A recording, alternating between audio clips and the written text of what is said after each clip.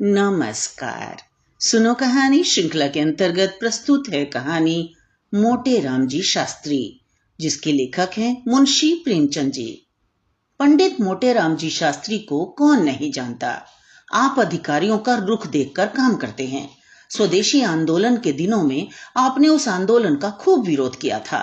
स्वराज्य आंदोलन के दिनों में भी आपने अधिकारियों से राजभक्ति की सनद हासिल की थी। मगर जब इतनी उछल कूद कर भी उनकी तकदीर की मीठी नींद न टूटी और अध्यापन कार्य से पिंड न छूटा, तो अंत में आपने एक नई तदबीर सोची। घर में जाकर धर्मपत्नी से बोले, इन बूढ़े तोतों को रटाते रटाते मेरी खोपड़ी पच्ची हुई जाती है। इतने दिनों विद्यादान देने का क्या फल मिला, जो और आगे कुछ मिलने की आशा करूं? धर्मपत्नी ने चिंतित होकर कहा, भोजन का भी तो कोई सहारा चाहिए। मोटे राम, तुम्हें जब देखो पेट ही की फिक्र पड़ी रहती है। कोई ऐसा विरला ही दिन जाता होगा कि निमंत्रण न मिलते हों, और चाहे कोई निंदा ही करे, पर मैं परोसा लिए बिना नहीं आता हूं। क्या आज ही सब यजमान मरे जाते हैं? मगर जन्म भर पेट ही जिलाया तो क्या किया? संसार का कुछ सुख भी तो भोगना चाहिए। मैंने वैद्य बनने का निश्चय किया है। स्त्री ने आश्चर्य से पूछा, वैद्य कैसे बनोगे? कुछ वैद्य की पढ़ी भी है?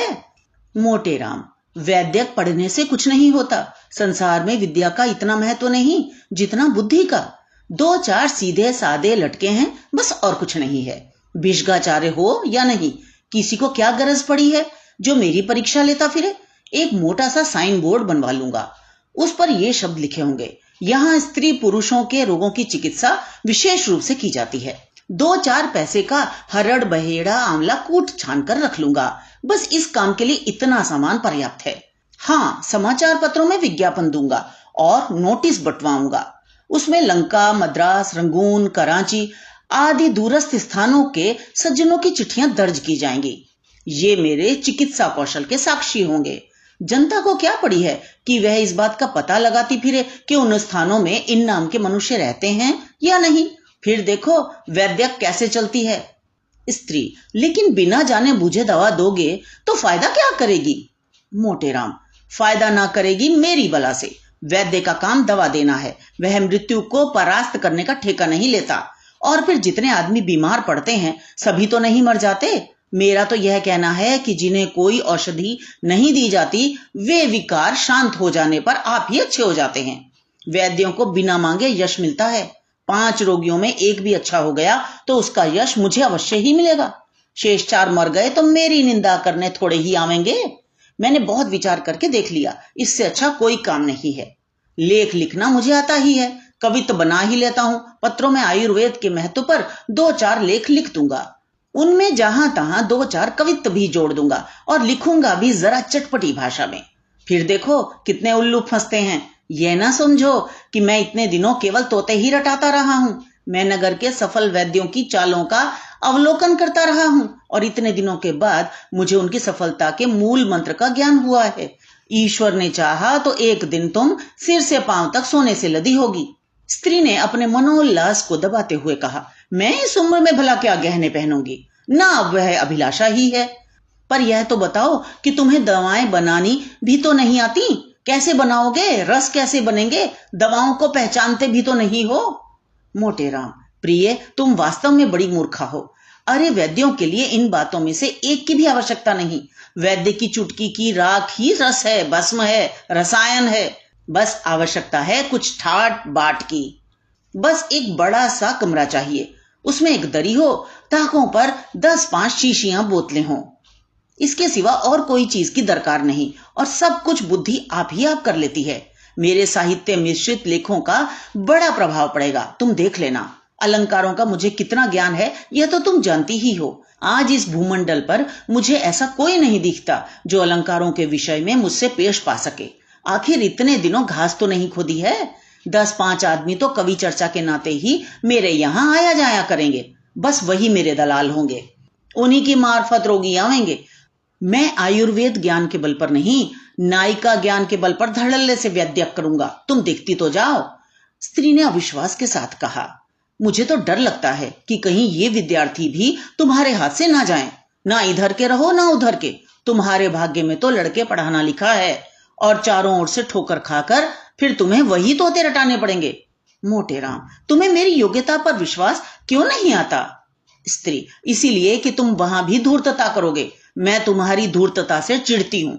तुम जो कुछ नहीं हो और नहीं हो सकते वह क्यों बनना चाहते हो? तुम लीडर न बन सके, सिर पटक कर रह गए।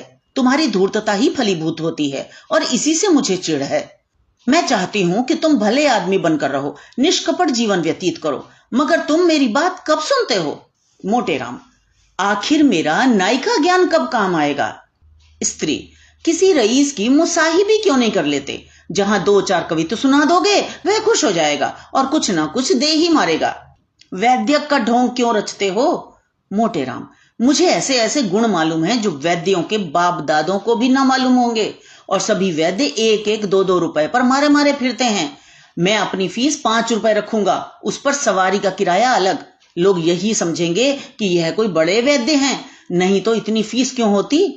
स्त्री को अब की कुछ विश्वास आया। बोली, इतनी देर में तुमने एक बात मतलब की कही है, मगर यह समझ लो यहां तुम्हारा रंग ना जमेगा, किसी दूसरे शहर में चलना पड़ेगा। मोटेराम हंसकर, क्या मैं इतना भी नहीं जानता? लखनऊ में अड्डा जमेगा अपना। साल भर में वह धाक बांध दूं कि सारे वैद्य गर्द हो जाएं। मुझे और भी कितने ही मंत्र आते हैं। मैं रोगी को 2-3 बार देखे बिना उसकी चिकित्सा ही ना करूंगा। कहूंगा, मैं जब तक रोगी की प्रकृति को भली भांति पहचान न लूं उसकी दवा नहीं कर सकता। बोलो कैसी रहेगी? स्त्री की बाछें खिल गईं। बोली, अब मैं तुम्हें मान गई, अवश्य चलेगी तुम्हारी वैद्य की। अब मुझे कोई संदेह नहीं रहा, मगर गरीबों के साथ यह मंत्र न चलाना, नहीं तो धोखा खाओगे। साल भर गुजर गया। भिषगाचार्य पंडित मोटेराम जी शास्त्री की लखनऊ में धूम मच गई। अलंकारों का ज्ञान तो उन्हें था ही, कुछ गा बजा भी लेते थे। उस पर गुप्त रोगों के विशेषज्ञ, रसिकों के भाग्य जागे। पंडित जी उन्हें कवित्व सुनाते, हंसाते और बलकारक औषधियां खिलाते, और वे रईसों में जिन्हें पुष्टिकारक औषधियों की विशेष चाह रहती है उनकी तारीफों के पुल बांधते। साल ही भर में वैद्य जी का रंग जमा कि वायद व शायद गुप्त रोगों के चिकित्सक लखनऊ में एकमात्र वही थे। गुप्त रूप से चिकित्सा भी करते। विधवा रानियों और शौकीन अदूरदर्शी रईसों में आपकी खूब पूजा होने लगी। किसी को अपने सामने समझते ही ना थे, मगर स्त्री उन्हें बराबर समझाया करती कि रानियों के झमेले में न फंसो, नहीं तो एक दिन पछताओगे। मगर भावी तो होकर ही रहती है, कोई लाख समझाए बुझाए। पंडित जी के उपासकों में बिड़हल की रानी भी थी। राजा साहब का स्वर्गवास हो चुका था। रानी साहिबा न जाने किस जीर्ण रोग से ग्रस्त थी। पंडित जी उनके यहाँ दिन में 5-5 बार जाते। रानी साहिबा उन्हें एक क्षण के लिए भी अपने पास से हटने न देना चाहती थी। पंडित जी के पहुंचने में देर हो जाती तो वे बेचैन हो जाती। एक मोटर नित्य उनके द्वार पर खड़ी रहती थी। अब पंडित जी ने खूब केंचुली बदली थी। तंजेब की अचकन पहनते, बनारसी साफा बांधते और पंप जूता डालते थे। मित्रगण भी उनके साथ मोटर पर बैठकर दंदनाया करते थे। कई मित्रों को रानी साहिबा के दरबार में नौकर रखवा दिया। रानी साहिबा भला अपने मसीहा की बात कैसे टालती, मगर चरखे जफाकार और ही षड्यंत्र रच रहा था। एक दिन पंडित जी रानी साहिबा की गोरी गोरी कलाई पर एक हाथ रखे नब्ज दिख रहे थे और दूसरे हाथ से उनके हृदय की गति की परीक्षा कर रहे थे कि इतने में कई आदमी सोंटे लिए हुए कमरे में घुस आए और पंडित जी पर टूट पड़े। रानी ने भागकर दूसरे कमरे की शरण ली और किवाड़ बंद कर लिए। पंडित जी पर बेभाव पड़ने लगे। यूं तो पंडित जी भी दमखम के आदमी थे, एक गुप्ती सदैव साथ रखते थे, पर जब धोखे में कई आदमियों ने धर दबाया तो क्या करते? कभी इसका पैर पकड़ते, कभी उसका। हाय हाय का शब्द निरंतर मुंह से निकल रहा था और उन बेरहमों को उन पर जरा भी दया न आती थी। एक आदमी ने लात जमा कर कहा, इस दुष्ट की नाक काट लो। दूसरा बोला, इसके मुंह में कालिख और चूना लगाकर छोड़ दो। तीसरा, क्यों वैद्य जी महाराज, बोलो क्या मंजूर है? नाक कटवाओगे या मुंह में कालिख लगवाओगे? पंडित, हाय हाय मर गया, और जो चाहे करो मगर नाक ना काटो। एक, अब तो फिर इधर ना आवेगा? पंडित, भूल कर भी नहीं सरकार, हाय मर गया। दूसरा, आज ही लखनऊ से रफूरैट हो जाओ, नहीं तो बुरा होगा। पंडित, सरकार मैं आज ही चला जाऊंगा, जनेऊ की शपथ खाकर कहता हूं, आप मेरी यहां सूरत ना देखेंगे। तीसरा, अच्छा भाई सब कोई 5-5 लाते लगाकर छोड़ दो। पंडित, अरे सरकार मर जाऊंगा, दया करो। चौथा, तुम जैसे पाखंडियों का मर जाना ही अच्छा है। हाँ तो शुरू हो। पंचलत्ती पड़ने लगी, धमाधम की आवाजें आने लगी। मालूम होता था नगाड़े पर चोट पड़ रही है। हर धमाके के साथ एक बार हाय की आवाज निकल आती थी, मानो उसकी प्रतिध्वनि हो। पंचलत्ती पूजा समाप्त हो जाने पर लोगों ने मोटे राम जी को घसीटकर बाहर निकाला और मोटर पर बैठाकर घर भेज दिया। चलते चलते चेतावनी दे दी कि प्रातःकाल से पहले भाग खड़े होना, नहीं तो और ही इलाज किया जाएगा। मोटे राम जी लंगड़ाते कहराते लकड़ी टेकते घर में गए और धम से चारपाई पर गिर पड़े। स्त्री ने घबरा कर पूछा, कैसा जी है? अरे तुम्हारा क्या हाल है? हाय हाय, ये तुम्हारा चेहरा कैसा हो गया है? मोटे राम, हाय भगवान, मर गया। स्त्री, कहाँ दर्द है? इसी मारे कहती थी, बहुत रबड़ी ना खाओ। लवण भास्कर ले आऊं? मोटे राम, हाय दुष्टों ने मार डाला, उसी चंडालिनी के कारण मेरी दुर्गति हुई। मारते मारते सबों ने भुरकस निकाल लिया। स्त्री, तो यह कहो कि पिट कर आए हो? हाँ, पिटे तो हो, अच्छा हुआ। हो तो तुम लातों के ही देवता। कहती थी कि रानी के यहाँ मत आया जाया करो, मगर तुम कब सुनते थे? मोटे राम, हाय हाय, तुझे भी इस दम कोसने की सूझी? मेरा तो बुरा हाल है और तू कोस रही है। किसी से कह दे ठेला वेला लावे, रातों रात लखनऊ से भाग जाना है, नहीं तो सवेरे प्राण न बचेंगे।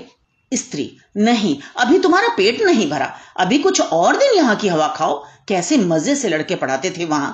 हाँ, नहीं तो वैद्य बनने की सूझी। बहुत अच्छा हुआ, अब उम्र भर ना भूलोगे।